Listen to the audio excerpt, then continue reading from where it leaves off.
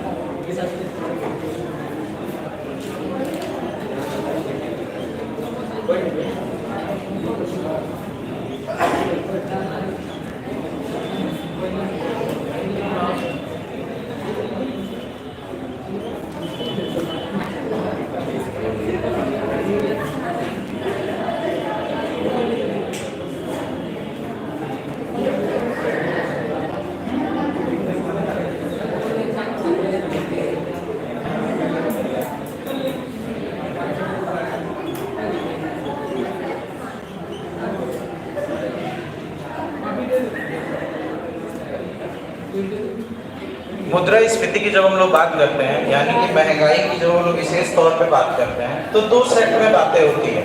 ठीक है, एक जो पहला सेट है, जो पहले तरीके की बात होती है, किन्स की मांग प्रबंधन के बारे में। ठीक है, मैंने डिस्कस किया था आपने जॉन मेनार्ड किन्स के बारे में। इन्होंने क्या बताया था?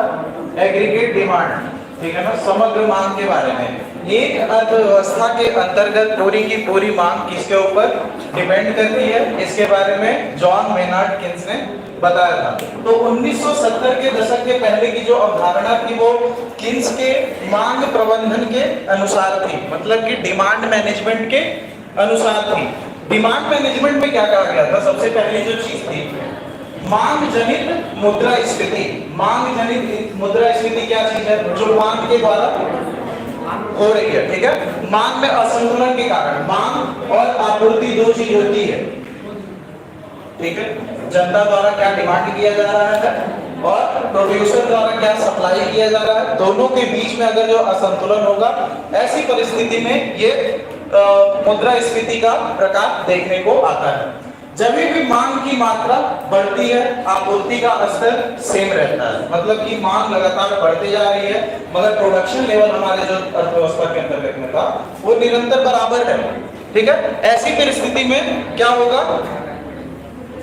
मांग जनित मुद्रास्फीति। ठीक है, दूसरा केस क्या होगा? अगर जो मांग सेम है, आपूर्ति की स्तर गिरते जा रही है, ठीक है ना, मांग उतने पे ही है, लेकिन अब प्राइस, तेल के मामले में हम लोग जब भी देखेंगे तो तेल के मामले में क्या होता है? जब भी ओपेक कंट्रीज को तेल के दामों को बढ़ाना रहता है, प्रोडक्शन वो क्या करते हैं? कम कर देते हैं। ठीक है ना, प्रोडक्शन में कमी होने के कारण क्या होता है? अब परचेजिंग पावर पैरिटी सारे देशों की उतनी ही है, सारे के सारे सक्षम है तेल खरीदने के लिए। जब भी कोई सीमित मात्रा में कोई सामग्री रहती है और उसकी बोली लगाने वाले अधिक लोग होते हैं, तो जाहिर सी बात है उसमें मुद्रास्फीति आएगी। ठीक है ना, उसके दाम में उछाल आएगी। तो ये इस प्रकार की जो भी मतलब मुद्रास्फीति होती है वो क्या होती है? मांग जनित मुद्रास्फीति, यानी कि डिमांड पुल इन्फ्लेशन, ये समग्र मांग में अधिकता के कारण आती है। दूसरी जो चीज है वो है कॉस्ट पुल इन्फ्लेशन।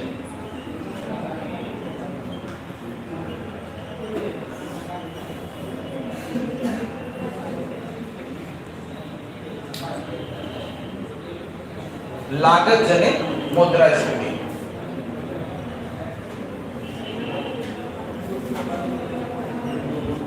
लागत जनित टॉपिक से ही पता चल रहा होगा कि इसमें क्या फैक्टर कॉस्ट के ऊपर डिपेंड कर रहा है, मतलब कि प्रोडक्शन करते समय, उत्पादन करने के समय क्या हो रहा है, अर्थव्यवस्था क्या, प्रोडक्शन के समय में, यानी कि लैंड, लेबर, कैपिटल, एंटरप्रेन्योरशिप जो भी आप लगा रहे हो, ठीक है ना, जो भी ये फैक्टर लगा रहे हो, इस कॉस्ट में अगर जो इजाफा आ रहा है, उदाहरण के तौर पे हम लोग क्या ले सकते हैं, जैसे हम लोग ब्रेड बना रहे हैं, ठीक है, एक ब्रेड की कीमत 10 रुपए पर पैकेट है।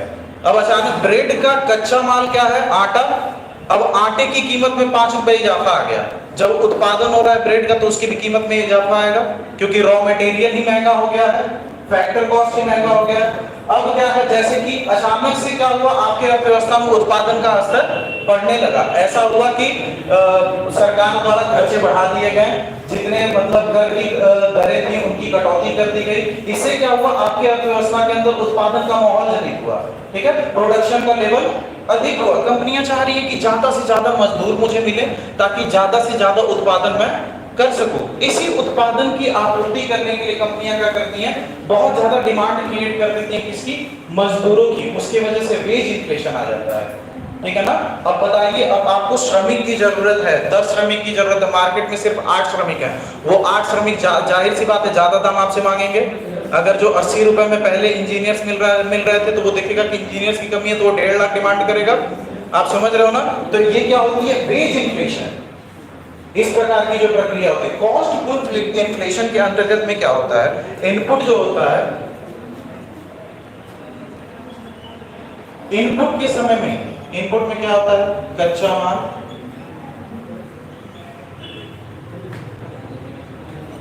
ठीक है, कच्चा माल, मजदूरी, ये सारी चीजें इनपुट के अंतर्गत आ जाएंगी।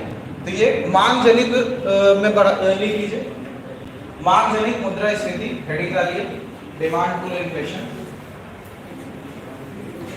Demand pull inflation.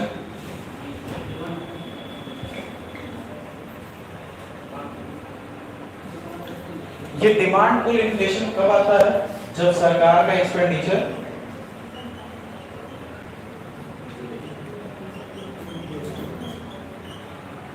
बढ़ जाता है, ठीक है, कर की रेट यानी कि टैक्स रेट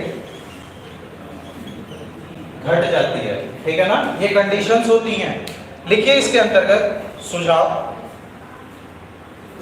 मांग जनित मुद्रास्फीति, मांग जनित मुद्रास्फीति को नियंत्रण करने के लिए,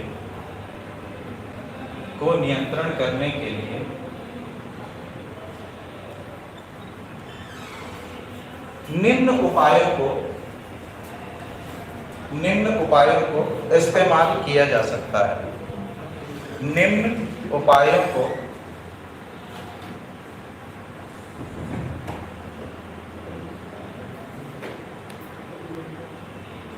इस्तेमाल किया जा सकता है। पहला लिखिए, कर को बढ़ाना, कर को बढ़ाना। जैसे ही गवर्नमेंट टैक्स रेट को कम करेगी, इससे क्या होगा, परचेसिंग पावर पैरिटी लोगों की कम होगी। अब बताइए, पहले मेरी सैलरी 50,000 रुपए थी, उस पे मैं कर 500 रुपए दे रहा था, बाकी पैसे मेरे पास बच रहे थे। सरकार ने क्या किया, कर को बढ़ा दिया। कर को जैसे ही बढ़ाएंगे, 50,000 में से 10,000 मुझे पेमेंट करना रह रहा है। जाहिर सी बात है मैं थोड़ा सा अपना खर्च कम करना चाहूंगा, ठीक है, मैं क्या डिमांड को कम करूंगा। तो जैसे ही कर की मात्रा को आप बढ़ा रहे हो, आप क्या देख रहे हो, डिमांड में घटेगी आ जाएगी। डिमांड में कमी आएगी तो अपने आप मुद्रास्फीति कंट्रोल में आएगा कि नहीं आएगा। दूसरा पॉइंट लिखिए, सरकारी खर्च को कम करना, सरकारी खर्च को कम करना,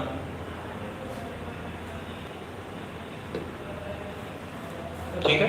सरकारी गवर्नमेंट जब भी अपना एक्सपेंडिचर बढ़ाती है, जब भी खर्च बढ़ाती है, आपने क्या देखा था, केनीजियम में क्या बोला था, एग्रीगेट डिमांड में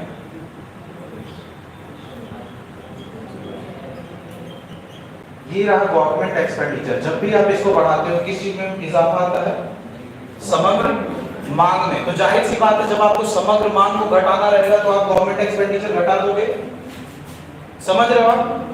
केन्स ने क्या बोला था कि जब भी आपको समग्र मांग की स्थिति को बेहतर करना होगा, ऐसे परिस्थिति में सरकार को क्या करना चाहिए, सामने आना चाहिए, ज्यादा से ज्यादा खर्च करना चाहिए। अभी नोबेल पुरस्कार विनर अभिजीत जी जब राहुल गांधी जी के साथ इंटरव्यू कर रहे थे तो उन्होंने बताया था कि सर कोविड-19 के जस्ट पहले की बात थी। उन्होंने बताया तो नोबेल प्राइज अवॉर्डी थे, इंटरव्यू दे रहे थे। राहुल गांधी ने कहा कि गरीबी को डायरेक्टली हम कैसे एलिमिनेट कर सकते हैं, कैसे हटा सकते हैं। हमारे भारत में जो असमानता का जो स्तर ये लगातार बढ़ते जा रहा है, इसको हम कैसे खत्म कर सकते हैं। तो डायरेक्टली उन्होंने क्या बताया, नोबेल प्राइज विनर एक इकोनॉमिस्ट मिस्टर अभिजीत ने बताया कि आप क्या करिए, मनी सप्लाई बढ़ाइए, पैसे ज्यादा से ज्यादा जनता के पास भेजिए, परचेसिंग पावर पैरिटी जनता की बढ़ेगी तो जाहिर सी बात है वो मांग को बढ़ाएंगे, मांग को बढ़ाएंगे तो उत्पादन का स्तर ऑटोमेटिकली बढ़ेगा। आप समझ रहे हो। तो ये उपाय बताया गया था एक अर्थशास्त्री के द्वारा। तो आप यहाँ पे भी देखोगे कि जब हमको क्या समग्र मांग में कमी लेकर के आना है, मुद्रास्फीति की वजह क्या है, मांग को हमें कंट्रोल करना है।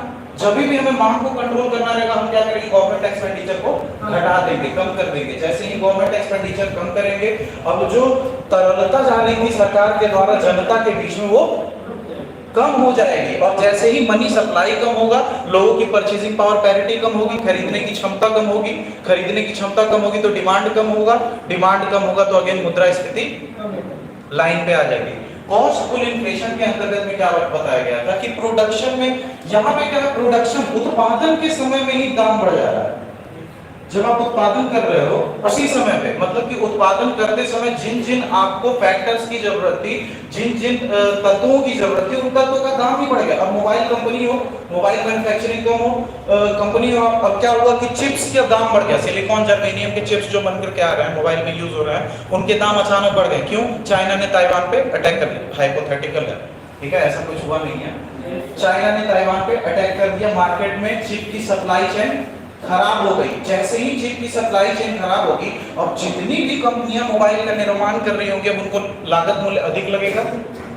अब जो आईफोन पहले 12,000 का मिल रहा था 15,000 का मिलेगा, क्योंकि उसमें फैक्टर कॉस्ट ही जुड़ गया है, ठीक है ना। तो प्रोडक्शन यानी कि उत्पादन के समय में ही क्या हो रहा है, प्राइसें बढ़ जा रही है। तो ये दो अवधारणा दी गई थी 1970 के पहले, डिमांड पुल इन्फ्लेशन और कॉस्ट पुल इन्फ्लेशन को लेकर के। जब क्या था, मॉनेटरी स्कूल नहीं आया था, तब मुद्रावादी स्कूल नहीं आया था, तब तक की अवधारणा ये थी। 1970 के बाद क्या हुआ, मुद्रावादी स्कूल सामने निकल के आया। वो क्या बताता है,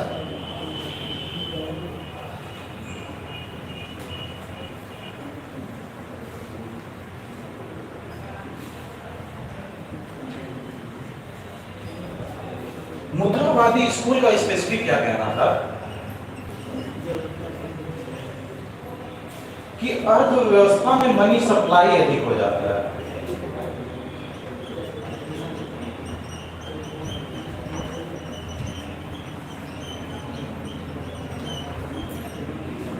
अर्थव्यवस्था में जब भी मनी सप्लाई अधिक होगा, ऐसे कंडीशन में क्या होगा, जनता के पास ज्यादा से ज्यादा पैसा रहेगा।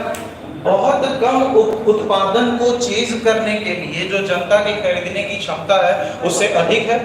मतलब कि उत्पादन का स्तर सामान्य है, लेकिन लोगों का क्या स्तर बढ़ रहा है। सपोज दैट पहले टमाटर 10 रुपए किलो बिकता था, मेरी तनख्वाह थी 500 रुपए, ठीक है। अभी भी टमाटर 10 ही रुपए किलो है, मेरी तनख्वाह हो गई 1000 रुपए, तो मुझे बेनिफिट मिलेगा, मुझे फायदा होगा। अब सपोज दैट कि मेरी तनख्वाह 500 रुपए है, तब टमाटर मुझे 10 रुपए मिल रहा था, आज भी 500 रुपए है और मुझे टमाटर 80 रुपए मिल रहा है, तब भी मैं इफेक्ट होऊंगा, ठीक है ना। तो इस मुद्रावादी स्कूल का स्पेसिफिकली ये कहना था कि हमारे अर्थव्यवस्था के अंदर जब भी मुद्रा का असंतुलन होता है, मतलब कि आवश्यकता से अधिक मुद्रा हो जाती है, किसके थ्रू मुद्रा आवश्यकता के अधिक कब हो जाएगी, जब करेंसी प्रिंटिंग होगी, डेफिसिट फाइनेंसिंग होगी। बजट जब मैं पढ़ा था फाइनेंशियल डेफिसिट फाइनेंसिंग जब होगी, ऐसी स्थिति में क्या होगा, सरकार ज्यादा से ज्यादा मुद्रा और तरलता कहां प्रदान करेगी, जनता के अंतर्गत। तो जनता के पास क्या, परचेजिंग पावर पैरिटी बढ़ जाएगी। अब सारे के सारे लोग, पहले क्या था, इस डस्टर को खरीदने के लिए मात्र 5 लोग सक्षम थे, ठीक है ना। तो डस्टर के लिए ज्यादा मांग नहीं थी, जो उत्पादन था 5 डस्टर प्रोड्यूस कर रहा था, उतने ही लोग खरीद रहे थे, संतुलन बना हुआ था। अब क्या हुआ, 10 लोग स्पेसिफिकली इस डस्टर को खरीदने की औकात रखते हैं। अब वो डस्टर प्रोड्यूस करने वाला क्या देख रहा है, 10 लोग हो गए हैं, अब एक डस्टर में कम ही प्रोड्यूस करूंगा और उसका दाम बढ़ जाएगा, ठीक है ना। तो ये क्या बोला गया था कि too much money chasing too little output, ठीक है ना, कि कम उत्पादन को चेज कर रहा है बहुत ज्यादा पैसा, ठीक है, उत्पादन का स्तर वही है और बहुत ज्यादा पैसा चेज कर रहा है अर्थव्यवस्था में, ठीक है ना। एक्सेसिव क्रिएशन ऑफ मनी, जब बहुत ज्यादा मुद्रा का क्रिएशन हो जाता है सरकार के द्वारा, प्रिंटिंग के द्वारा, रिजर्व बैंक ऑफ इंडिया के द्वारा, ठीक है ना, बैंकों के द्वारा, जब तरलता का स्तर बढ़ जाता है, जनता के पास जो पैसे की मात्रा होती है वो बढ़ जाती है, ऐसे कंडीशन में ये होता है। तो 1970s के बाद क्या अवधारणा हो गई कि एक बार हम लोग देख लेते हैं।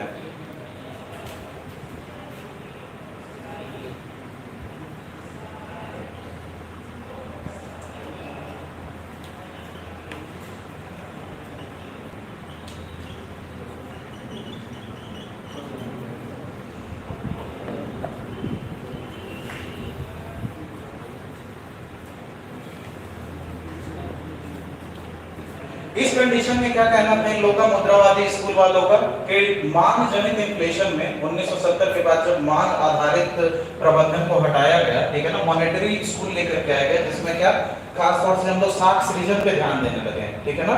साख सृजन को जब हम लोग ध्यान देने लगे, क्या हो रहा था, क्रय शक्ति लगातार बढ़ती जा रही थी लेकिन उत्पादन का स्तर सेम है। इस वजह से कारण देखा गया किस चीज के लिए, मांग जनित मुद्रा स्फीति की, ठीक है ना। कारण क्या होता है, इस कारण को लिख लीजिए, डिमांड पुल इन्फ्लेशन के कारण को लिख लीजिए। माइक्रो स्तर पर वेतन बढ़ने से, माइक्रो स्तर पर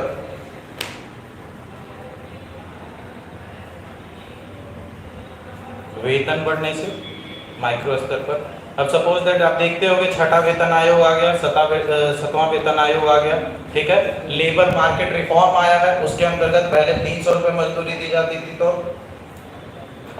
500 रुपए दी जाएगी, ऐसे करके क्या हम हमेशा उसकी वैल्यू को बढ़ाते रहते हैं। माइक्रो स्तर पे जब भी एम्प्लॉयमेंट रेट में, अब जैसे सरकारी नौकरियों के अंतर्गत क्या हुआ, हमेशा वेजेस को रिवीजन किया जाता है, रिवाइज किया जाता है कि अभी छठा वेतन आयोग चल रहा है, इस हिसाब से परिस्थिति के हिसाब से अनुकूल है छठा वेतन, जितना हम तनख्वाह दे रहे हैं उतने में एक आदमी सर्वाइव कर लेगा। लेकिन हमने क्या देखा, मुद्रा स्फीति का स्तर बढ़ गया तो सरकार अपने कर्मचारियों को क्या पेमेंट अधिक देगी, अब 8वां वेतन आयोग लगाएगी, उसके हिसाब से कुछ इसकी पेमेंट की संख्या बढ़ेगी। अब क्या है कि जो रेगुलर एम्प्लॉयज होंगे, जो गवर्नमेंट सर्विस कर रहे हैं, उनकी परचेसिंग पावर पैरिटी बढ़ जाएगी, खरीदने की क्षमता बढ़ जाएगी। जैसे ही उनके खरीदने की क्षमता बढ़ेगी तो फिर क्या होगा, डिमांड पुल इन्फ्लेशन, खरीदने की क्षमता बढ़ेगी, वो डिमांड क्रिएट करेंगे, डिमांड करेंगे तो महंगाई बढ़ेगी, ठीक है ना। दूसरा लिखिए, मैक्रो लेवल पे, मैक्रो स्तर पर, मैक्रो स्तर पर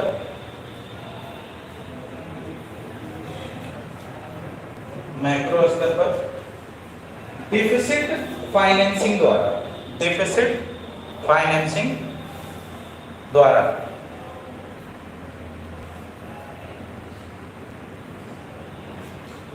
डेफिसिट फाइनेंसिंग हम लोग कैसे करते थे, लिख दो, डेफिसिट फाइनेंसिंग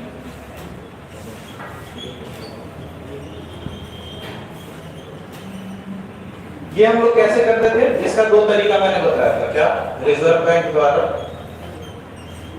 जो उसके पास शेष राशि बची हुई है, शेष नगद, उसे देके, दूसरा करेंसी प्रिंट करके, तीसरा मैंने क्या बताया था, मार्केट बोरोइंग, बाजार से उधार लेके। डेफिसिट फाइनेंसिंग के बारे में मैंने जब भी आपको लोक वित्त में पढ़ा रहा था तो डेफिसिट फाइनेंसिंग वहां पे मैंने बताया था कि मौद्रीकरण कहा जाता है। डेफिसिट फाइनेंसिंग को मौद्रीकृत नीति के अंतर्गत में आता है। इसमें क्या है, आपने बजट बनाया 100 करोड़ का, आपके पास 80 करोड़ है, ठीक है, आपने 20 करोड़ रुपए उधार ले लिया, अपने प्रोजेक्ट को कंप्लीट कर लिया, जैसे ही आपका प्रोजेक्ट कंप्लीट हुआ आपने 20 करोड़ रुपए वापस कर लिया, मतलब कि आपने समझदारी से ये काम किया है। अब क्या है कि आपके पास डेफिसिट 20 करोड़ से ज्यादा की है, सपोज दैट आपका प्रोजेक्ट है 800-900 करोड़ का, आपके अकाउंट में मात्र 80 करोड़, आप क्या कर रहे हो, पूरी की पूरी करेंसी प्रिंट कर करके बांट दे रहे हो जनता में, तो जिम्बाब्वे वाला हाल हो जाएगा, आपके करेंसी को वेस्ट कर दिया जाएगा। क्योंकि अब बताइए जनता में जितने भी लोग हैं, अब क्या है कि 10,000 रुपए कीमत पर्याप्त है एक परिवार को सर्वाइव करने के लिए। उदाहरण हाइपोथेटिकल एग्जांपल दे रहा हूं, वैसे इतना पर्याप्त नहीं है। अब 10,000 रुपए हर परिवार के पास है, हर परिवार चाहेगा कि लग्जरी तरीके से रहे, अपने बच्चे को बेहतर जीवन व्यवस्था, जीवन शैली जीने के लिए दे, बढ़िया कपड़े वपड़े पहना, समझ रहे हो आप, डिमांड क्रिएट करे ऐसे स्तर में। तो मैक्रो लेवल पे क्या होता है, जब भी आप डेफिसिट फाइनेंसिंग करते हो, इसके अंतर्गत पे क्या होता है, मार्केट में कैश फ्लो की मात्रा बढ़ जाती है। कैश फ्लो की मात्रा जब भी बढ़ेगी तो ऐसे परिस्थिति में क्या होगा, मांग बढ़ेगी, और मांग बढ़ने से मुद्रास्फीति का भी स्तर बढ़ेगा। ठीक है, तीसरा लिखिए, अतिरिक्त नोट छापकर।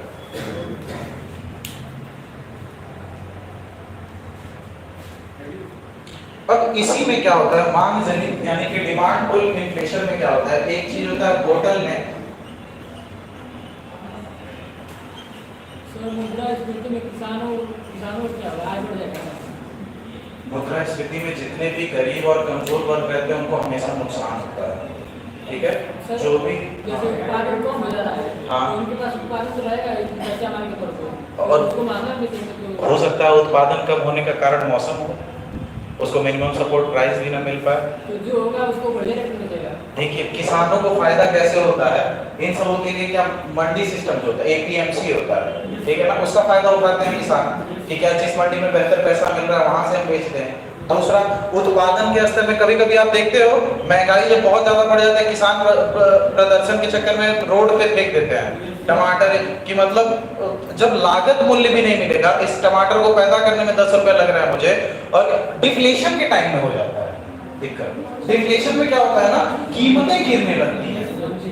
डिप्रेशन के टाइम में क्या होता है, रिसेशन और डिफ्लेशन एक साथ, उस समय इन्फ्लेशन नहीं होता है। मुद्रास्फीति क्या होता है, दाम का बढ़ना। डिफ्लेशन का मतलब क्या होता है, गिरना, ठीक है ना। ये डस्टर है, क्या हुआ कि अब मैंने डस्टर का मांग जब तक 10 डस्टर की मांग थी, ठीक है, मैंने प्रोड्यूस करता गया, मांग आते गया, मैं बेचते गया, फायदा कमाते गया, मांग अचानक से क्या होगा, मार्केट में सबके पास डस्टर हो गया, मैं अभी भी 10 डस्टर प्रोड्यूस कर रहा हूँ। एक टाइम ऐसा आएगा कि इस डस्टर का स्टॉक मेरे पास पड़ जाएगा, ठीक है, मांग है नहीं, अब मैं चाहूंगा कि मेरे पास जो स्टॉक है उसको बेच करके मैं कम से कम कुछ पैसा निकाल लूं जो मेरा लागत मूल्य लगा है।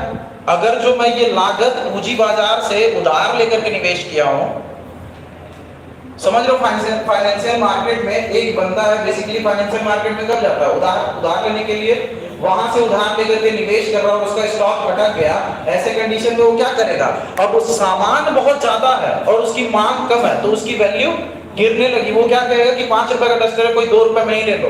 सेल लगाते हैं 30% सेल, 40% सेल, वो कौन से सामान होते हैं जो नहीं बिकते हैं और हम लोग मार करके जाके खरीदते हैं, ठीक है, क्या सेल लगा ये करते हैं। तो वो ऐसे प्रोडक्ट्स होते हैं जो बिकते नहीं है, जनता को लालच दिया जाता है ताकि वो बेस्ट प्रोडक्ट भी निकल जाए, ठीक है ना, जिनका डिमांड कम है। कॉस्ट पुल इन्फ्लेशन के अंतर्गत है।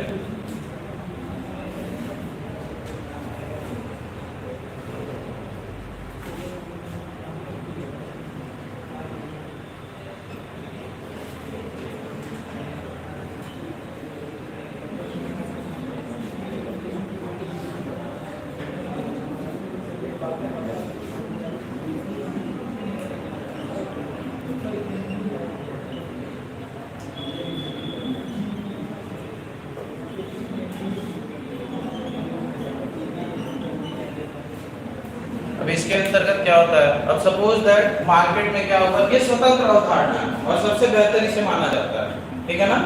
अब सपोज दैट क्या हुआ, मार्केट में मजदूरी संशोधन हो गई। अब हम हैं एक फैक्ट्री चला रहे हैं, पहले मुझे मजदूर जो मिलता था दिहाड़ी पे वो 350 रुपए प्रतिदिन को हुआ, ठीक है, मैं जैसे तैसे कंपनी खोला, मजदूर रखा, काम करा रहा हूँ, उनसे प्रोडक्शन कर रहा हूँ, एक मार्जिनल प्रॉफिट कमा रहा हूँ जिससे मेरा गुजर बसर हो सके। अब ऐसी परिस्थिति में क्या हुआ, अचानक से सरकार में कोई नेता है, उसका दिल बड़ा हुआ, उसने कहा मैं मजदूरों के प्रति एक नया कानून लेकर के आऊंगा, आज से जो 350 रुपए पर डे कमा रहे थे उनकी मजदूरी 500 रुपए पर डे में करता हूँ। अब ये जिसकी कंपनी है वो सिर पकड़ के बैठ गया। अब वो जो 350 रुपए मजदूर पा रहा था 500 रुपए में पा रहा है, तो वो मजदूरी का जो उसको भार पड़ रहा है वो किससे वसूलेगा, उपभोक्ता से, समझ रहे हो आप। तो ऐसा परिस्थिति होता है, फैक्टर कॉस्ट में ही बढ़ोतरी आ रही है इसमें, लेकिन इन्फ्लेशन रेट क्यों बढ़ रहा है, मनी सप्लाई के कारण। मनी सप्लाई का कारण क्यों हो रहा है, आप मजदूरी कानून में संशोधन किए, लोगों को अब ज्यादा वेतन देना पड़ रहा है, उस वेतन का भार कौन झेल रहा है, उपभोक्ता, ठीक है ना। तो डिमांड पुल इन्फ्लेशन के 1970 के बाद ये अवधारणा बताई गई कि इस तरह से सप्लाई मैनेजमेंट को हम लोग देखेंगे। अब क्या है, आपूर्ति और मांग, ये दो चीज जो बोटलनेक इन्फ्लेशन में बता रहा था, ये बताना भूल गया था, सॉरी।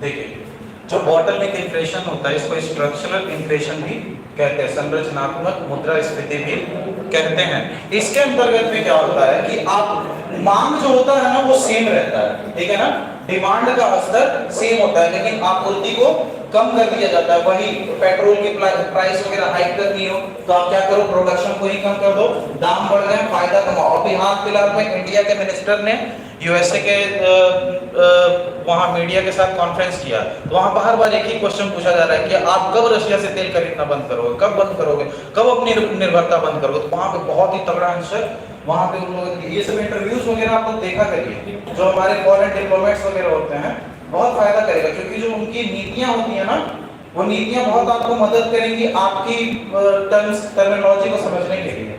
उन्होंने क्या कहा कि सर देखिए, हमारे यहाँ जो जनता है ना वो ऐसी है जो कि जरूरतमंद है, उनकी जरूरतों को पूरा करना हमारे यहाँ सरकार की जिम्मेदारी है। वो जनता इसी विश्वास के साथ सरकार को रखी है, उनके विश्वास को हम दांव पे रख के सिर्फ आपके प्रॉफिट के लिए हम अगर जो ऐसे करें तो ये उचित नहीं है। और साथ में वार्निंग भी दिया है इंडिया कि जितनी भी प्रोडक्शन कंट्रीज हैं, जो भी ऊर्जा और ईंधन से संबंधित प्रोडक्शन कर रही हैं, अगर जो वो पैसे कमाने के लिए ऐसे कंडीशन में जब पूरा विश्व कोविड-19 से उभर के निकल रहा है, पूरा विश्व युद्ध के हालात से बढ़ के निकल रहा है, पूरी की पूरी तरीके से ठप हो रही है अर्थव्यवस्था, पाकिस्तान, श्रीलंका, इन सारे अर्थव्यवस्थाओं की स्थिति बहुत दयनीय हो गई है, समझ रहे हो आप। 5 से 10 साल के अंतर्गत अगर जो जैसी परिस्थिति चल रही है वैसी ही परिस्थिति चलने लगी तो लगभग 25 से 30% से ज्यादा लोग और गरीब पूरे विश्व में हो जाएंगे, ठीक है ना। ये मेरा कहना नहीं है, वर्ल्ड बैंक और आईएमएफ का द्वारा अनुमान लगाया जा रहा है कि जिस प्रकार की सप्लाई चेन मैनेजमेंट चल रही है, तो धीरे धीरे अर्थव्यवस्थाओं को स्थिर करना और सुचारू रूप से चलाना जरूरी है। ये होता क्यों है, तो ये होता है मिसमैनेजमेंट के कारण।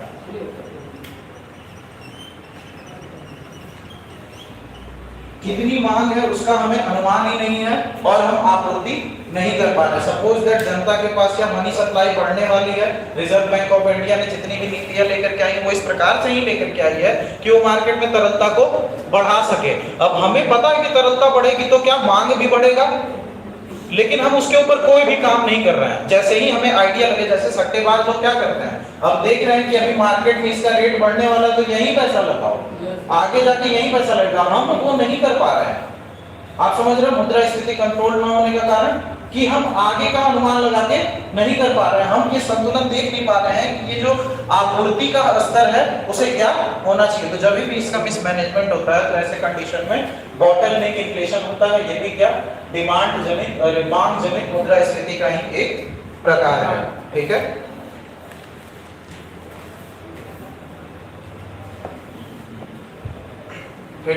मुद्रास्फीति नियंत्रण करने के उपाय।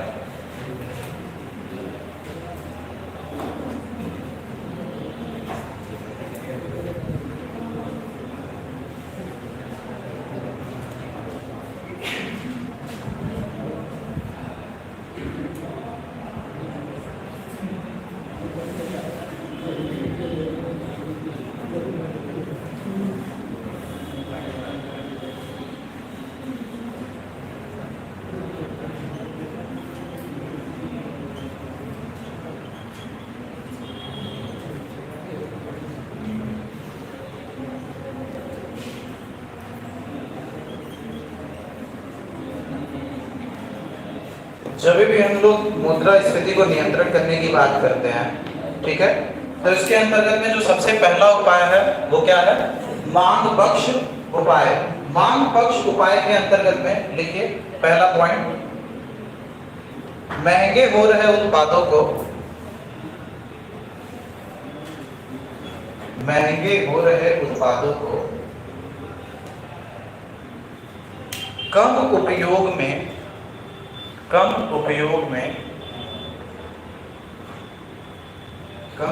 में लाने की अपील की जाती है। कम उपयोग में लाने की अपील की जाती है। समझ रहे हैं आप? पाकिस्तान का भी हाल फिलहाल का कंडीशन, वहां पे क्या हाइपर इन्फ्लेशन चल रहा था, इतना ज्यादा वहां पे मुद्रास्फीति का दर बढ़ रहा था कि वहां की गवर्नमेंट को क्या चाय तक बाहर से इंपोर्ट करना महंगा पड़ रहा था। तो वहां की सरकार इंटरनेशनल मीडिया पे आकर के लोगों से अपील करी कि सर आप लोग चाय मत पियो, क्योंकि आप लोग का एक कप चाय हम लोग को $1 का पड़ रहा है। समझ रहे हो आप? तो पाकिस्तान में ऐसी स्थिति हो गई, आप क्या मांग को ही कंट्रोल करने के लिए जनता से अपील कर रहे हो। क्या होता है, आपका देश है, देशवासी हैं, तो देशवासी देश को लेकर के भावनात्मक रूप से जुड़े होते हैं। तो जब भी ऐसी आपात की स्थिति होती है तो इसमें सरकार क्या करती है, जनता से अपील करती है, ठीक है ना। अपील के अंतर्गत जनता क्या होती है, अपने उपभोग को कम कर देती है। लेकिन कभी भी ऐसा होता नहीं है, ये कारीगर नहीं होता है, ठीक है ना। ये जो आइडिया है हमारा, ये काम का नहीं है। क्या होता है, जिसके पास मार्केट में अगर जो मोदी जी अनाउंस करती है कि ठीक है आप लोग सोना वगैरह पे निवेश न करें, लेकिन आ गया धनतेरस, एक चांदी का सिक्का तो खरीदना ही खरीदना है। आप समझ रहे हो ना। तो हमारी वो क्या धार्मिक अवधारणा से जुड़ा हुआ माहौल है। अब वो नहीं मानेंगे, भाई हमारे पास पैसा हम खरीदेंगे, महंगाई रहे तो रहे। समझ रहे हो आप? पेट्रोल का दाम भले 150 रुपए चल गया, हम तो फॉर्च्यूनर से घूमेंगे, हमारे पास पैसा है भाई। जिसके पास नहीं है वो बाइक छोड़ करके साइकिल पे आए। आप समझ रहे हो? तो ऐसे किसी जिसके पास है भाई वो कॉम्प्रोमाइज नहीं करता, इसलिए ये विधि कारगर नहीं है। दूसरा लिखिए,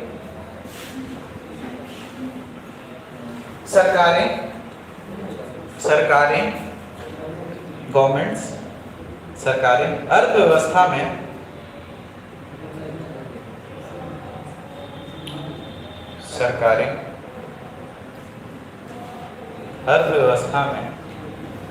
प्रवाहित मुद्रा के प्रभाव को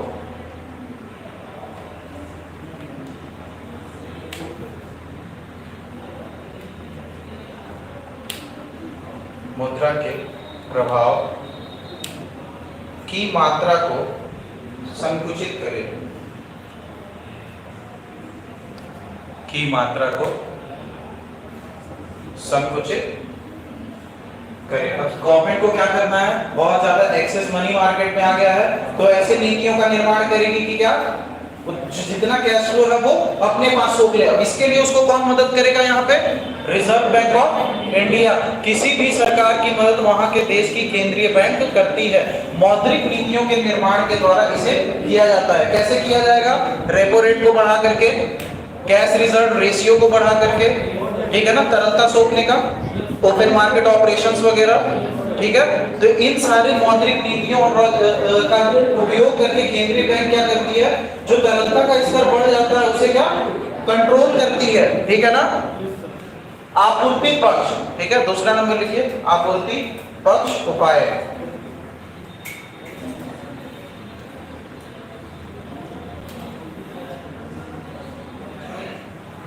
महंगाई के लिए जिम्मेदार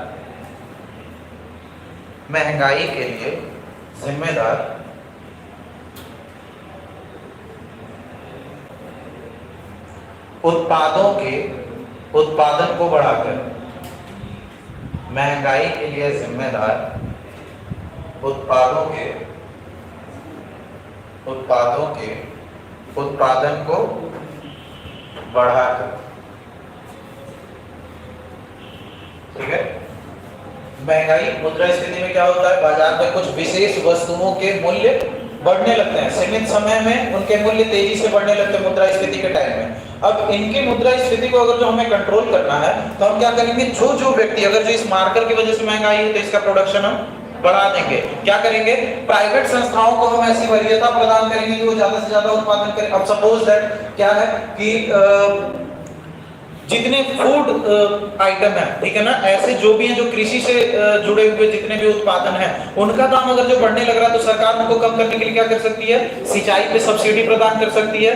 अब एक किसान है, उसको 5 घंटे चलाने के लिए पानी 500 रुपए देना पड़ रहा है। अब सिंचाई सरकार द्वारा प्रदान किया जा रहा है। फिर फर्टिलाइजर यानी कि खाद के ऊपर किसान का खर्चा है, फर्टिलाइजर के ऊपर सब्सिडी प्रदान की जाएगी, ठीक है। तो किसान को क्या पड़ेगा, लागत मूल्य कम पड़ेगा। जब भी लागत मूल्य कम पड़ेगा तो वो ज्यादा से ज्यादा कमा सकेगा, ठीक है ना। वो क्या, आपूर्ति पक्ष में जब भी आप लोग देखोगे तो महंगाई के लिए जिम्मेदार उत्पादनों का जब भी आप बढ़ावा करते हो तो आपने जो डिमांड थी, ठीक है ना, उसको कंप्लीट कर दिया। सप्लाई चेन में जो जरूरतें थी उसको आपने कंप्लीट कर दिया है, ठीक है। और दूसरी चीज क्या होती है, सपोज दैट कि जो भी आइटम है वो स्पेसिफिक आपके यहाँ महंगा हो गया है, तो ऐसी परिस्थिति में आप क्या करो, वो आइटम इंपोर्ट करो, ठीक है। हमारे यहाँ मऊ में क्या है, टमाटर महंगा पड़ रहा है तो हम गाजीपुर से मंगा लें, वहाँ 30 रुपए किलो है, ठीक है ना, तो वहां से मैनेज हो गया। ऐसे करके हम आसपास के सेंटर से क्या आयात और निर्यात कर सकते हैं इस संतुलन को बनाने के लिए, ठीक है ना। तीसरा जो है लागत पक्ष उपाय, इसमें दूसरा पॉइंट लिख लीजिएगा, आयात करके, आयात करके।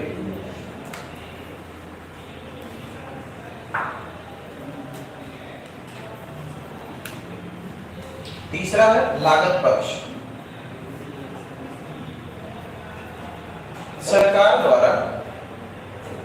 सरकार द्वारा लघु अवधि के लिए,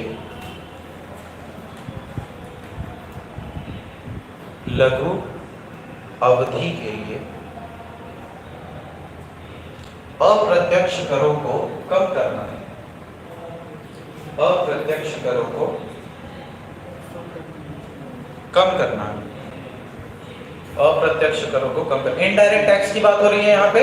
जब आपको टैक्सेशन सिस्टम बता रहा था तब मैंने क्या बताया था, मार्केट प्राइस किससे जुड़ के बनता है, factor cost plus tax minus subsidy. Subsidy है मतलब कि वो उसके मूल्य को घटाएगा और टैक्स है मतलब कि वो उसके मूल्य को बढ़ाएगा। तो मार्केट में जब भी आपको मुद्रास्फीति को नियंत्रण करना है, आप क्या करोगे, कर की मात्रा कम कर देंगे। जितने भी इनडायरेक्ट टैक्सेस है, इनडायरेक्ट टैक्स किस पे लगते हैं, गुड्स और सर्विस पे। गुड्स और सर्विस सबसे ज्यादा किसके द्वारा इस्तेमाल किया जाता है, उपभोक्ताओं के द्वारा, जनता के द्वारा, कंज्यूमर के द्वारा। तो महंगाई की मार और इनडायरेक्ट टैक्स जो होता है ना, अप्रत्यक्ष कर, मैं आपको जब पढ़ा रहा था तो मैं बताया था कि क्या ये इंसान देख के वार नहीं करता है। अगर जो 2 रुपए इनडायरेक्ट टैक्स पड़ा है तो वही 2 रुपए अमीर को भी देना है, गरीब को भी देना और मिडिल क्लास को भी देना है। तो वो गरीब को ज्यादा खल जाता है क्योंकि उसकी इनकम सीमित है। अब मेरी इनकम 1.5 लाख है, सरकार ने क्या रोडवेज का दाम बढ़ा करके 800 रुपए कर दी। अब मैं कभी भी जा सकता हूँ, मैं छोड़ो रोडवेज से नहीं जाऊंगा, निकाल करके जाऊंगा, समझ रहे हो। लेकिन अगर जो एक पर्टिकुलरली रिक्शा वाला है वो अपने घर वालों को हर दिन छोड़ने जाता होगा, अचानक से उसका दाम बढ़ जाएगा तो क्या वो सर्वाइव कर पाएगा, नहीं, ठीक है। तो मुद्रास्फीति, इनडायरेक्ट टैक्स, ये स्पेसिफिकली समाज के कमजोर वर्गों पे ज्यादा आघात करता है, ठीक है ना। तो ये लघु अवधि में क्या करेगी सरकार, अप्रत्यक्ष करों को कम कर देगी। ये अप्रत्यक्ष करों को जब भी हम लोग कम करते हैं तो ये मुद्रास्फीति पे तत्काल नियंत्रण नहीं करता है, समझ रहे हो ना, तुरंत नियंत्रण नहीं करता, ये धीरे धीरे ग्रेजुअली 2-3 महीने लगेंगे। अब आप चाहोगे कि तुरंत हो जाए तो ये मुश्किल है। दूसरा पॉइंट लिखिए, सरकारें उत्पादन की लागत को, सरकारें उत्पादन के लागत को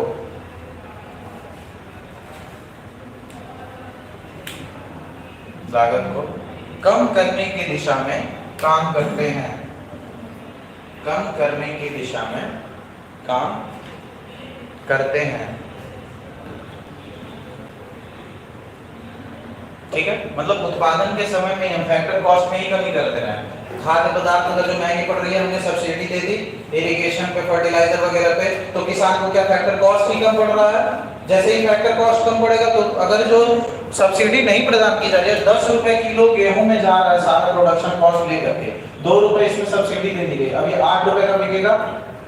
जैसे ही ये सस्ता होगा इसका मांग बढ़ेगा, वो ज्यादा उत्पादन करके ज्यादा फायदा कमा सकता है। इसका भार कौन वहन कर रहा है, ये सरकार, गवर्नमेंट कर रही है, ठीक है ना। तो सरकार क्या करती है, डायरेक्ट लागत मूल्य के ऊपर कार्य करती है, जिसकी वजह से दाम में कमी आती है। अब नोट दे करके नीचे लिख लीजिए, इंपॉर्टेंट है, नोट करके नीचे लिख लीजिए। भारत में कॉस्ट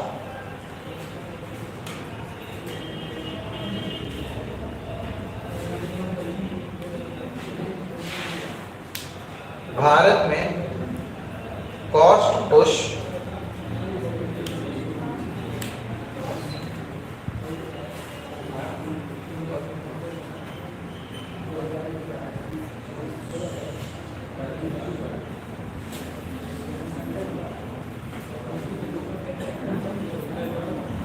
भारत में कॉस्ट पुश प्रकार है कॉस्ट पुश इन्फ्लेशन। भारत में जो महंगाई का प्रकार है वो क्या है? कॉस्ट पुल इन्फ्लेशन है। कॉस्ट पुल मैंने अभी बताया, ठीक है ना। लेकिन भारत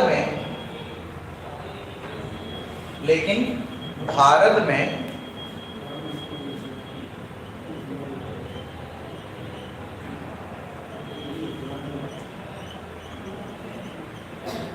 डिमांड मैनेजमेंट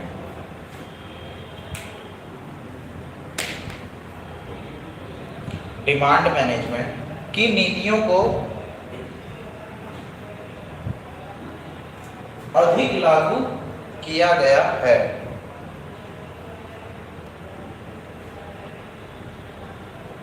इसके कारण लागू किया गया है, इसके कारण मुद्रास्फीति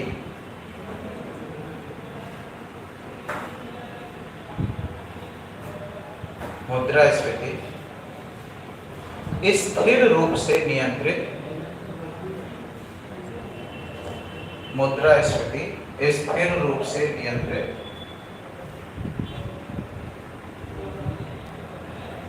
नहीं है। भारत में जो इन्फ्लेशन का प्रकार है वो क्या है? कॉस्ट पुश है, ठीक है ना। जो इन्फ्लेशन का प्रकार है मैक्सिमम कॉस्ट पुश है, क्योंकि जो कच्चे चीज होते हैं उनके निर्यात के लिए हम लोग दूसरी जगह पे फार्मास्यूटिकल इंडस्ट्री की बात करते हो। जिस समय कोविड-19 का महामारी आया था उस समय कुछ ड्रग्स जो थे वो बहुत इंपॉर्टेंट हो गए थे। उनमें एक कंटेंट रहता था एबीसी, एक्टिव फार्मास्यूटिकल कंपाउंड करके था। ये हम लगभग हर एक दवा में डाली जाती है। इंडिया में इसका उत्पादन पहले बहुत होता था, लेकिन दिक्कत क्या है? इसके उत्पादन की वजह से हमारे पर्यावरण के ऊपर बहुत ज्यादा नकारात्मक प्रभाव पड़ रहा था। ये क्वेश्चन पूछ चुका है एपीसी के ऊपर, डिमांड सप्लाई चेन के ऊपर। ये बहुत ज्यादा केस स्टडी किया जा रहा था कोविड-19 के टाइम में, क्योंकि उस समय ड्रग्स को लेकर के बहुत ज्यादा धांधली हुई थी। एपीसी का प्रोडक्शन पहले इंडिया स्वयं करता था, इसलिए जेनेरिक मेडिसिन सस्ती पड़ती थी। लेकिन इसका हम लोगों ने क्या देखा कि जितना प्रोडक्शन में हम खर्च कर रहे हैं उससे सस्ते में चाइना से आ जा रहा है, तो हम लोग इंपोर्ट पे ही डिपेंड हो गए, ठीक है ना। और जब भी आप किसी चीज के ऊपर निर्भर हो जाते हो तो उसका आपको नुकसान सहना पड़ता है। तो हमारे यहाँ जो कॉस्ट पुश इन्फ्लेशन है उसको सॉल्व करने का तरीका हम लोग जो अपनाते हैं वो डिमांड मैनेजमेंट का। इसीलिए हमारे यहाँ जो इन्फ्लेशन होता है कंट्रोल तो होता है, लेकिन स्थिर रूप से लॉन्ग टर्म के लिए, लंबे समय अवधि के लिए कंट्रोल नहीं हो पाता है, ठीक है ना।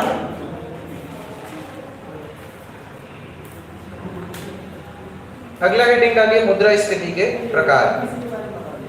किसके बारे में?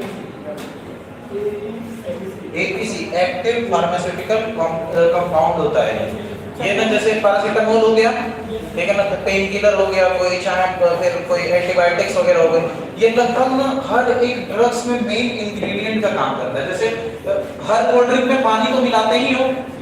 कोल्ड ड्रिंक का अगर प्रोडक्शन करो, चाहे कोको कोला हो, चाहे थम्स अप हो, चाहे कोई पानी आपको चाहिए, उसी तरह कोई भी दवा में लगभग मैक्सिमम दवाओं में एपीसी का आवश्यकता होता है। तो यहाँ पे पहले इसको प्रोड्यूस हम लोग इंडिया में ही करते थे, ठीक है ना। तो हमने देखा ना कि इसको प्रोड्यूस करने में हमारा वातावरण बड़ा गंदा हो रहा है, ठीक है ना। तो हम लोगों ने क्या किया कि चाइना से इंपोर्ट करना शुरू किया, जिससे कि हमारा पर्यावरण भी बचने लगा और सस्ते दामों पे एपीसी भी मिलने लगी जिसका इस्तेमाल। लेकिन इसका नुकसान कब होता है? जब मार्केट में क्या उसकी मांग बढ़ जाती है। अब चाइना क्या चाहेगा कि इस कंपाउंड से स्पेसिफिकली अधिक मुनाफा कर सके। इसका नुकसान हमें उस समय देना पड़ेगा जब हम आपातकाल की स्थिति में होंगे।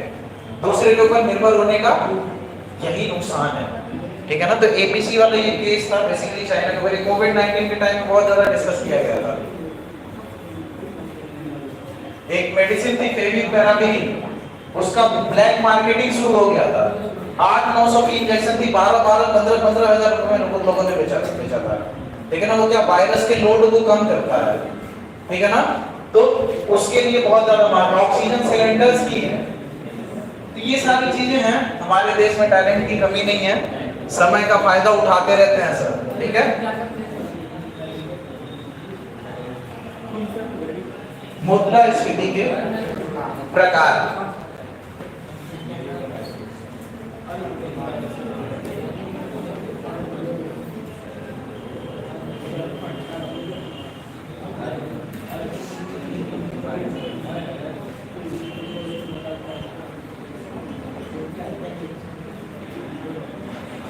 अर्थव्यवस्था के अंतर्गत क्या होता है, जब भी मुद्रास्फीति दर का स्तर सिंगल डिजिट में होता है, ठीक है ना, एक अंक में होता है। सिंगल डिजिट मतलब 0 से लेकर के 9, ठीक है।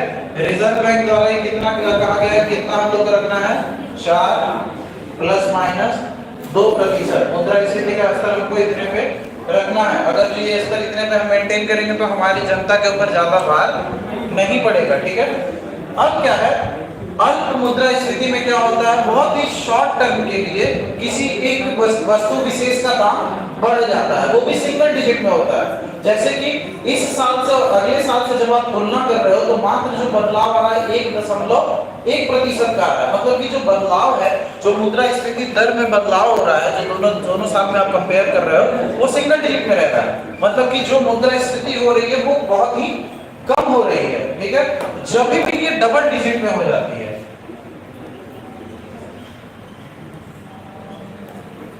या ट्रिपल डिजिट में हो जाती है,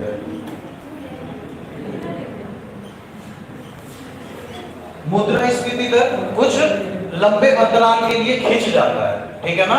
कुछ समयावधि के लिए मुद्रास्फीति दर क्या होता है, कायम रहता है और उसके दर में बढ़ोतरी होती ही रहती है, ठीक है ना। किसी स्पेसिफिक उदाहरण के लिए जब आप अगर जो देखोगे तो लैटिन अमेरिका में 1980s में आप देखोगे, 1980 में लैटिन अमेरिका, ब्राजील का उदाहरण लोगे, चीन का उदाहरण लोगे, तो इन सब में क्या हुआ था, यही परिस्थिति हो गई थी। इसको क्या बोलते हैं हम लोग, सरपट मुद्रास्फीति।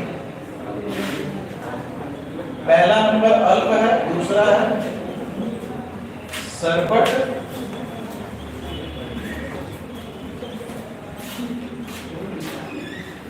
मुद्रास्फीति। सरपट मुद्रास्फीति के अंतर्गत में क्या है, जो मुद्रास्फीति दर को बढ़ना होगा, जो बढ़ोतरी का स्तर होगा वो डबल डिजिट में या फिर ट्रिपल डिजिट में होगा। मतलब कि जो परसेंटेज होगी 1980s की बात करोगे, 1970s करोगे, तो ऐसे परिस्थिति में क्या होगा, मुद्रास्फीति दर डबल या ट्रिपल डिजिट में होगा।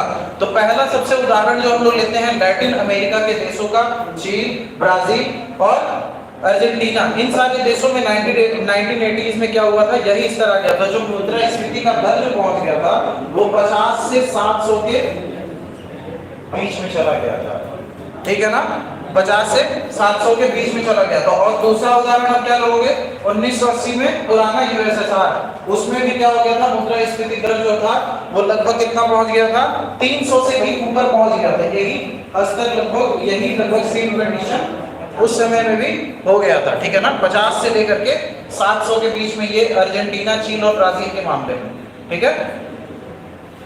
अब अति मुद्रास्फीति क्या होता है, लिख लीजिए इसको, अल्प मुद्रास्फीति को लिख लीजिए, पहला हेडिंग डालिए अल्प मुद्रास्फीति।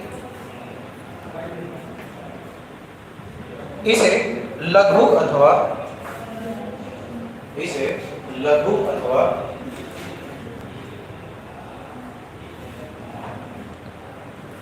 क्रमिक कहा जाता है। क्रमिक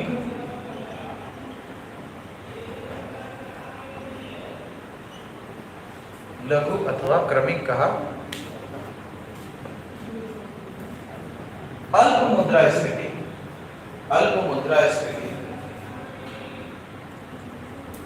लंबी अवधि के दौरान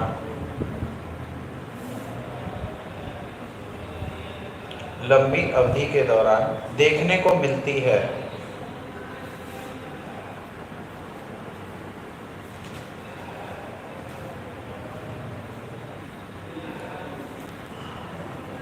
इसका स्तर एक अंकीय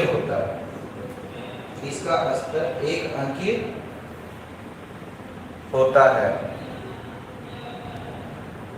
इसे सरकने वाली मुद्रास्फीति के नाम से भी जाना जाता है। इसे सरकने वाली, सरकने, धीरे धीरे सरकती है, ठीक है ना, जो रेट रहता है बाउंड रहता है, बहुत ज्यादा तेजी से नहीं आगे बढ़ता है, सरकने वाली मुद्रास्फीति के नाम से भी जाना जाता है। इसे सरकने वाली मुद्रास्फीति के नाम से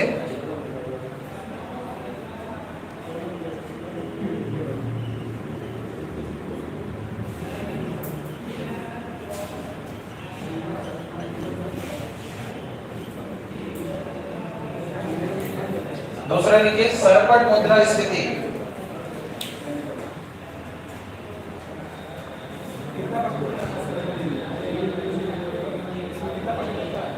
किसमें सिंगल डिजिट रहता है, सिंगल डिजिट मतलब 0 से 9 के बीच में, ठीक है, सिंगल डिजिट। डबल डिजिट मतलब 9 से ऊपर बढ़ा। लिखिए सरपट मुद्रास्फीति या फिर गैलोपिंग इन्फ्लेशन। इसके अंतर्गत लिखिए कम समय के अंतर्गत मुद्रास्फीति दरों में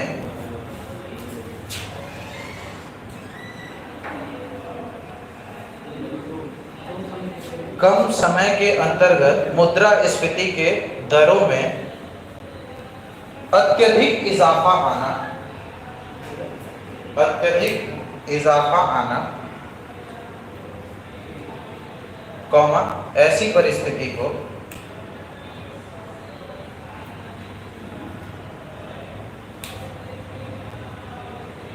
सरपट मुद्रास्फीति कहते हैं।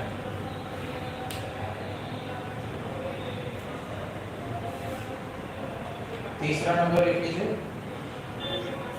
हाइपर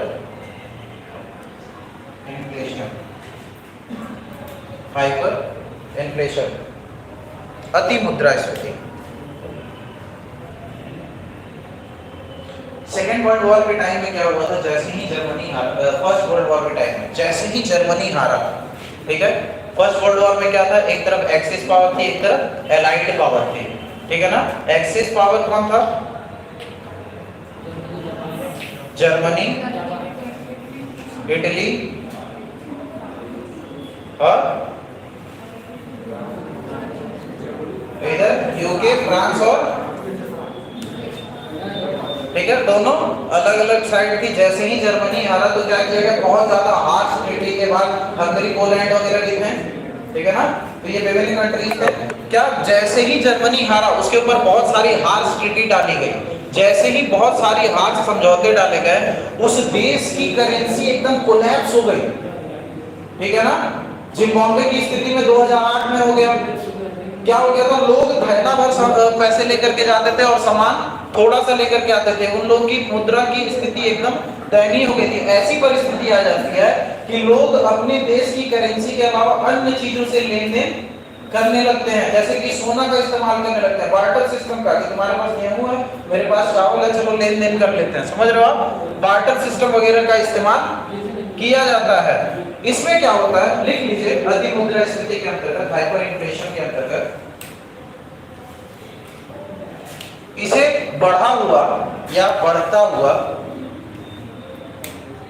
इसे बढ़ा हुआ या बढ़ता हुआ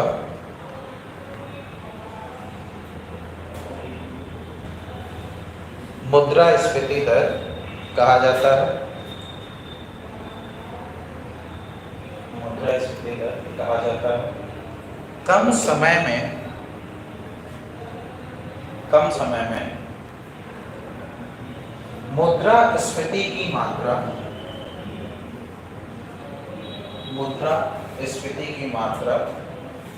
अधिक हो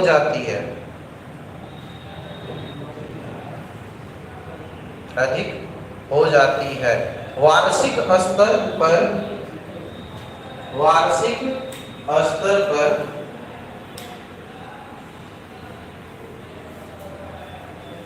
अरबों खरबों में पहुंच जाती है, वार्षिक स्तर पर अरबों खरबों में पहुंच जाती है।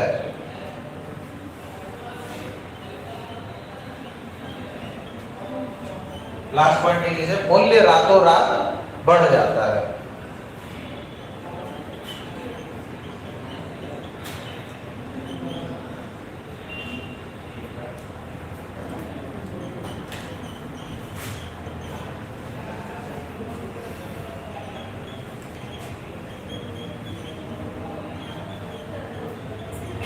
एग्जाम्पल लिख लीजिएगा।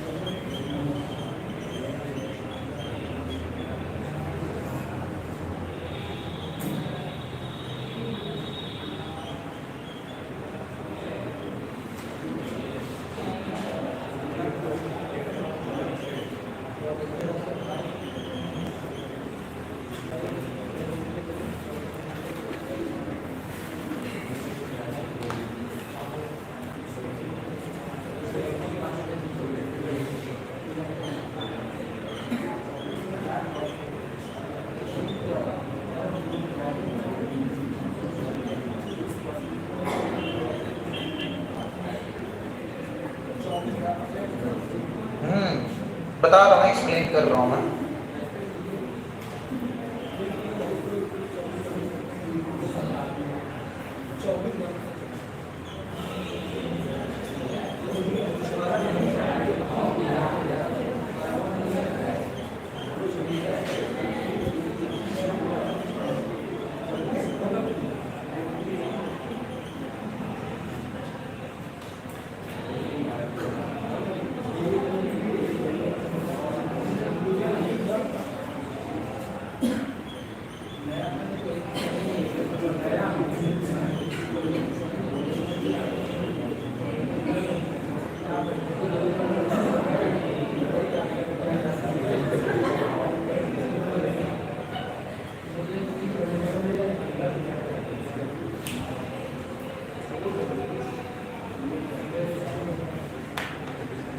उदाहरण के तौर पे हम लोग देखेंगे 1920 में जर्मनी का जो हाल हुआ था, ठीक है ना, प्रथम विश्व युद्ध के बाद, ठीक है, जर्मनी का क्या हाल हुआ था, वहां की करेंसी एकदम डाउनफॉल हो गई थी। वहां के लोकल लोग क्या कर रहे थे, करेंसी के जगह अन्य चीजों का इस्तेमाल कर रहे थे लेन देन करने के लिए। दूसरा जो उदाहरण हम लेते हैं बोलीविया में, बोलीविया के अंतर्गत में क्या होता है, 24,000% तक पहुंच गई थी। यूगोस्लाविया 20% पर डे, मतलब कि इन्फ्लेशन का रेट इतना ज्यादा ऊपर चल जाता है कि अर्थव्यवस्था को संभालना लगभग मुश्किल हो जाती है। जो घरेलू करेंसी रहती है वो अपना विश्वास खो देती है, ठीक है ना, विश्वास खो देती है। उसके बाद के 2019 में वेनेजुएला का उदाहरण ले लो, ठीक है, वेनेजुएला में वो तो 2008 में जिम्बाब्वे का उदाहरण आप ले सकते हो। जिम्बाब्वे के अंतर्गत में भी स्थिति बहुत ज्यादा दयनीय हो गई थी, ठीक है। लोग क्या, करेंसी की वैल्यू, वहां के लगभग करेंसी को रद्द ही कर दिया गया था, खत्म कर दिया गया था कि आपका करेंसी वैल्यूएबल नहीं है, ठीक है। तो ये क्यों होता है कि इसमें विभिन्न कारण क्या होते हैं, लिख लीजिए। सर इसके बढ़ने से जीडीपी बढ़ता ही नहीं है। किसके बढ़ने से? मुद्रास्फीति मुद्रास्फीति के बढ़ने से जीडीपी, अभी फिलिप्स कर्व में डिस्कस करूंगा। बेरोजगारी और मुद्रास्फीति और जीडीपी तीनों किस तरीके से रिलेटेड है, आगे आगे अभी फिलिप्स कर्व आने वाला है, ठीक है। तो मैं उसको कोरिलेट करके ग्राफ के थ्रू आप लोगों को बताऊंगा, ठीक है। इन्फ्लेशन रेट बढ़ेगा तो जीडीपी भी बढ़ेगा। हाँ,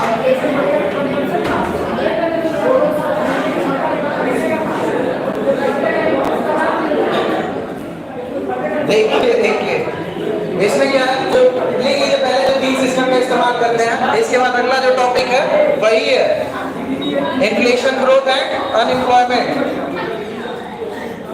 ठीक है। देख लीजिए, घरेलू मुद्रा बहुत तेजी से अपना भरोसा खो देती है, पहला पॉइंट। घरेलू मुद्रा, हाइपर इन्फ्लेशन में लिख रहे हैं, घरेलू मुद्रा बहुत तेजी से अपना भरोसा खो देती है।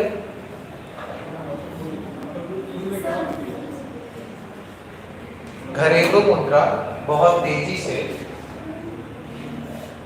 अपना भरोसा खो देती है। दूसरा, लोग मुद्रा के दूसरे विकल्पों को चुनने लगते हैं। लोग मुद्रा के दूसरे विकल्पों को चुनने लगते हैं।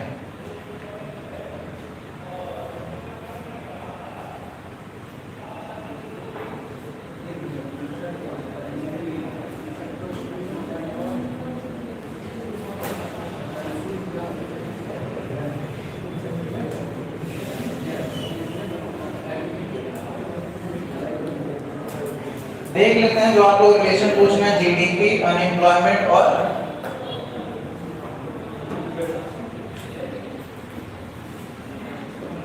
इसको पर्टिकुलरली बोलते हैं फिलिप्स कर्व। एक साइंटिस्ट है फिलिप्स, उन्होंने ही इस रिलेशन के बारे में हाईलाइट किया था।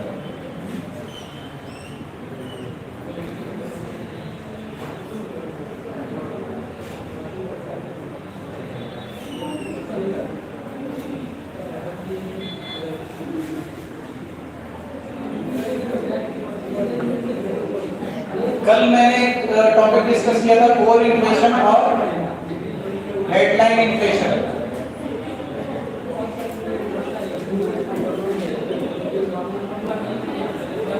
कोर इन्फ्लेशन के अंतर्गत में हम लोगों ने क्या देखा था कि जो केंद्रीय बैंक जब मुद्रास्फीति का नापन कर रही थी, तो मुद्रास्फीति के मापन करते समय में ना, अब जैसे मैंने क्या बताया था, बेस इफेक्ट बताया था आपको। बेस इफेक्ट ऐसा होता है कि वस्तुओं की कीमतें लगातार बढ़ती है लेकिन आप अनुमान नहीं लगा पाते। क्यों? और ये क्यों होता है? उत्पादन और डिमांड और प्रोडक्शन, प्राइस और प्रोडक्शन के बीच में गैप के कारण। मैंने ग्राफ बताया, फिगर बताया था आपको ऐसे, ठीक है। ये प्रोडक्शन लेवल है, इन दोनों के बीच में गैप आ जाता है कि प्रोडक्शन जैसे ही आपने कम किया प्राइस लेवल बढ़ गया, ठीक है ना। मैंने आपको समझाया था इसी बेस इफेक्ट को हटाने के लिए कोर इन्फ्लेशन का इस्तेमाल किया जाता है। कोर इन्फ्लेशन के अंतर्गत में क्या है, खाद्य एवं ईंधन से जुड़ी जितने भी वस्तुएं होती हैं जिनकी मार्केट में प्राइस हमेशा फ्लक्चुएट कर रही है, हमेशा बदलती रह रही है, ऐसी वस्तुओं को क्या निकाल दिया जा रहा है। इसके द्वारा, केंद्रीय बैंकों के द्वारा। हेडलाइन इन्फ्लेशन में ये हम लोग नहीं निकालते हैं। हेडलाइन में हम लोग सारी वस्तुओं को जोड़ते हैं, सेवाओं को भी जोड़ते हैं, लेकिन परंतु कोर वाले इन्फ्लेशन के अंतर्गत में क्या, इसी बेस इफेक्ट को हटाने के लिए सरकार द्वारा खाद्य एवं ईंधन से जुड़ी जितनी भी जरूरतें हैं उसके ऊपर ये नहीं जोड़ा जाता है, ठीक है। अगला जो है वो है अनएम्प्लॉयमेंट वर्सेस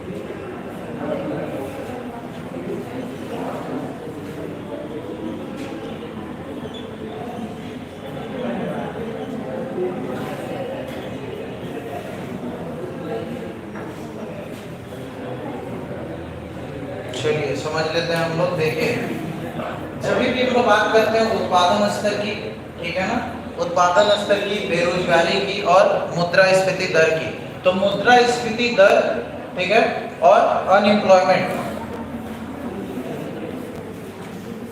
जब भी जीडीपी बढ़ेगा तो इसका क्या होगा, मुद्रास्फीति दर पे,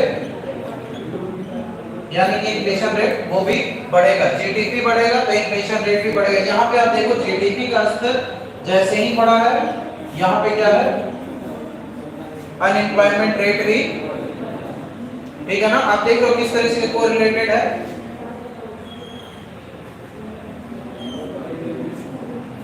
ठीक है, ये मुद्रास्फीति है, इन्फ्लेशन रेट, इधर भी इन्फ्लेशन रेट है। हम लोग जीडीपी और अनएम्प्लॉयमेंट रेट के बीच में ये जो ग्राफ खींचते हैं इसको क्या बोलते हैं, फिलिप्स कर्व। फिलिप्स कर्व के अंतर्गत में क्या है, जीडीपी को जैसे ही आप बढ़ा रहे हो, ठीक है, जीडीपी का स्तर जैसे जैसे बढ़ा रहे हो, आप क्या देख रहे हो, इन्फ्लेशन रेट में भी इजाफा आ रहा है। उत्पादन का स्तर जैसे जैसे बढ़ रहा है, यहाँ पे आप क्या देख रहे हो, मुद्रास्फीति भी बढ़ रही है। पहले जीडीपी x1 की मतलब की कम थी, तो यहाँ पर मुद्रास्फीति दर कितनी थी, 2%। जैसे ही जीडीपी बढ़ी, यहाँ पर मुद्रास्फीति दर कितनी हो गई, 4%। यहाँ पे आप देखो जैसे ही आप अनएम्प्लॉयमेंट रेट 5% देख रहे हो, तो वहां पे मुद्रास्फीति दर कितनी है, 4%। और 10% जैसे ही अनएम्प्लॉयमेंट रेट हो गई वहां पे 2%। मतलब कि ये यहाँ पे विपरीत रूप से कनेक्टेड है और ये समानांतर रूप से कनेक्टेड है। आप समझ रहे हो, inversely proportional and directly proportional, इस तरीके से ये जुड़ा हुआ है। तो ये कर्व क्या हमको बताता है, रिलेशनशिप बताता है बेरोजगारी,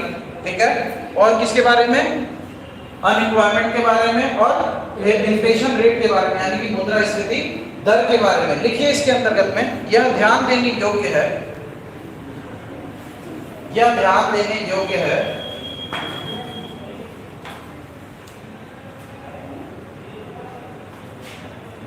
कि ग्रोथ और इन्फ्लेशन में सीधा संबंध होता है, कि ग्रोथ और इन्फ्लेशन में सीधा संबंध होता है।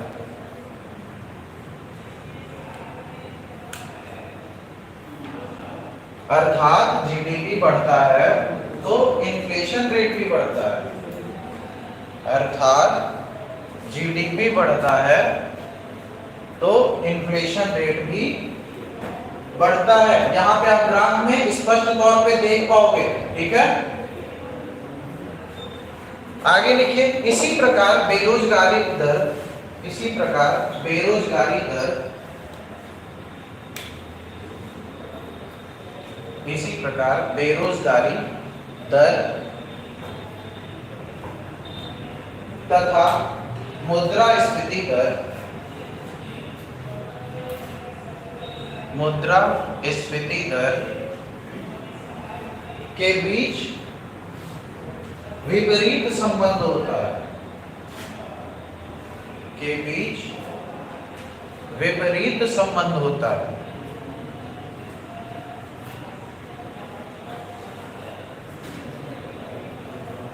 यदि बेरोजगारी दर कम होती है, यदि बेरोजगारी दर कम होती है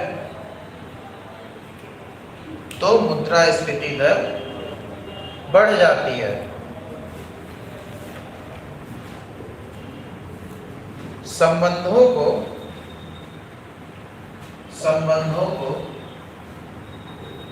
निम्नलिखित चित्र द्वारा, निम्नलिखित चित्र द्वारा दर्शाया जा सकता है। निम्नलिखित चित्र द्वारा दर्शाया जा सकता है, ठीक है। ये चित्र डायग्राम बनाना है, इसके आगे लिखिए, उपयुक्त चित्र के अनुसार डायग्राम बना लीजिएगा। अभी मैं चला जाऊंगा आपको बता के, ठीक है। उपयुक्त चित्र के अनुसार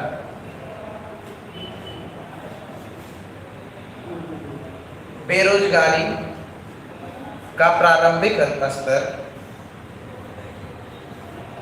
बेरोजगारी का प्रारंभिक स्तर 10% था।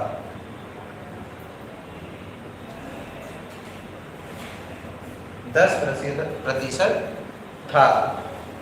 इसे कम करने के लिए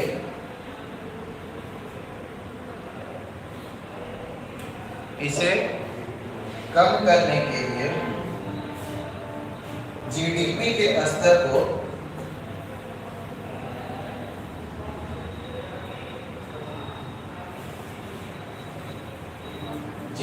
के स्तर को बढ़ाने की कोशिश की जाती है।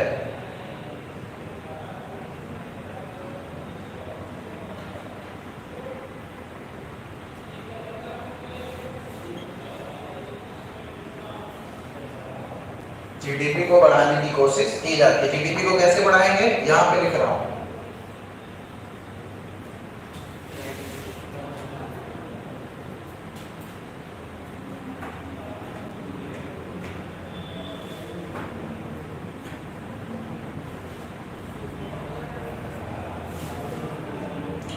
ब्याज दर में कटौती, इंटरेस्ट रेट में कटिंग करेंगे आप, ठीक है।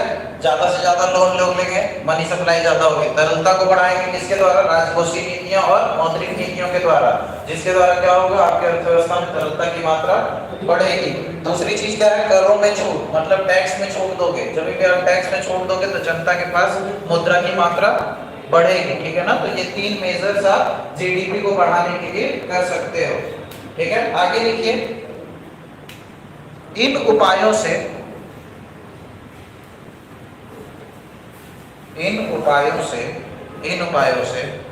ये जो उपाय सरकार करती है, इन उपायों से उत्पाद कंपनियां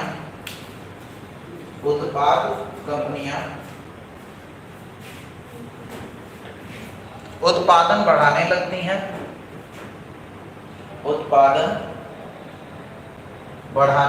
हैं,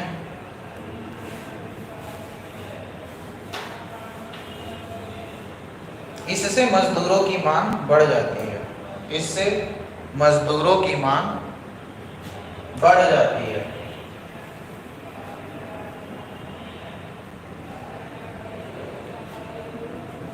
उनकी मांग बढ़ने से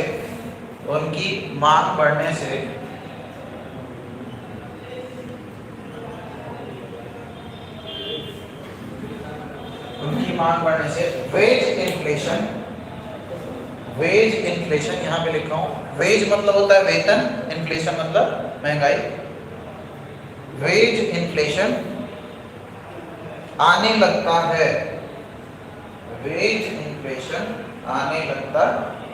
है, आगे लिखिए, यदि वेज इन्फ्लेशन के अनुसार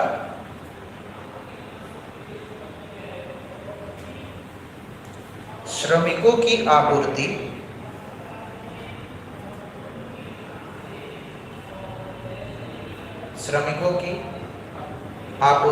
नहीं होती है, तो वस्तुओं की कीमत बढ़ने लगती है। आपूर्ति नहीं होती है तो वस्तुओं की कीमत बढ़ने लगती है।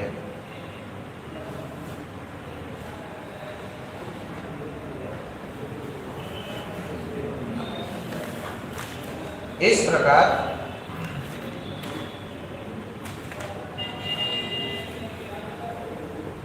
उत्पादन